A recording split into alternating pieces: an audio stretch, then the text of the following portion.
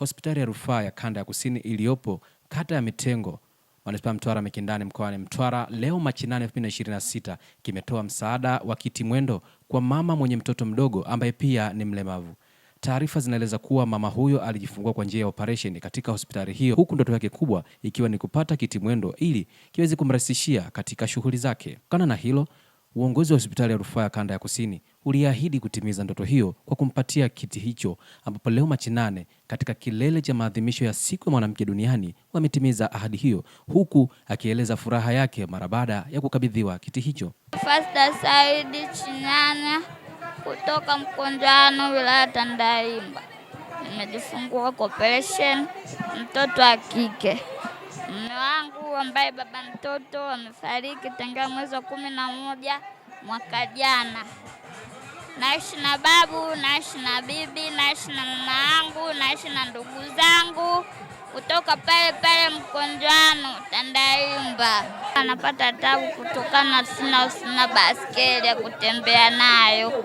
Nilikuwa tunakaa nyumbani peke yangu, huwa sina baskeli ya kutembea nayo. Napata raha sana, nafurahi sana kupata baskeli. Nimepata raha sana. Waliniahidi kwamba nitapata baskeli ya Rufaa, hospitali ya Rufaa. Nawapongeza sana dada zangu na mama zangu kunipatia zawadi ya baskeli. Zungumza na wanahabari, meneja wa kurugenzi ya uuguzi katika hospitali ya Rufaa ya Kanda ya Kusini ameeleza matukio aliyoyafanya katika kuadhimisha siku hiyo, ikiwemo ni pamoja na kukabidhi kiti hicho kwa mama huyo. Naitwa Dina Lucas Busunge, ni meneja kurugenzi ya uuguzi na utawala hospitali ya Rufaa ya Kanda ya Kusini iliyoko Mtwara. Sisi kama wanawake wa hospitali ya Kanda, kupitia sherehe hizi za maadhimisho ya siku ya wanawake duniani, siku ya jana tulianza kutoa misaada kwa wagonjwa mbalimbali ambao wamelazwa katika hospitali yetu, na baada ya kumaliza tukio lile pia tulimtambua mgonjwa wetu mmoja ambao tuliwahi kumhudumia katika hospitali yetu, ambaye mama huyu ni mlemavu na alijifungua pamoja na mtoto wake kuhudumiwa katika kitengo cha watoto wachanga. Lakini mama huyu alitueleza kwamba hitaji lake kubwa ni kupata kiti kwa ajili ya kutembelea na kufanya shughuli mbalimbali. Kwa sisi kama wanawake wa Kanda tumeguswa kumhudumia apate kiti hichi ili aweze kushiriki katika shughuli mbalimbali. Tunashukuru uongozi wote wa hospitali ya Kanda, tunamshukuru mkurugenzi pamoja na Mheshimiwa Rais kwa kutuwezesha siku ya leo. Tumeweza kutimiza ndoto ya huyu mama na siku ya leo tumemkabidhi wheelchair. Tunashukuru sana.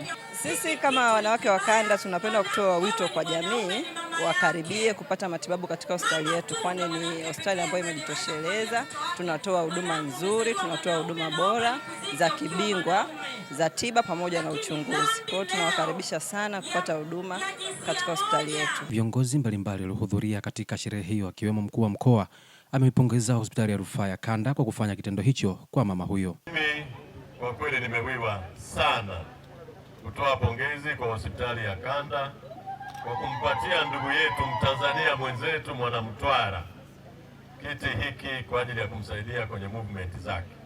Mimi nawapongeza sana hospitali. Ni sadaka kubwa mmetoa, na kwa kweli Mwenyezi Mungu atawabariki sana.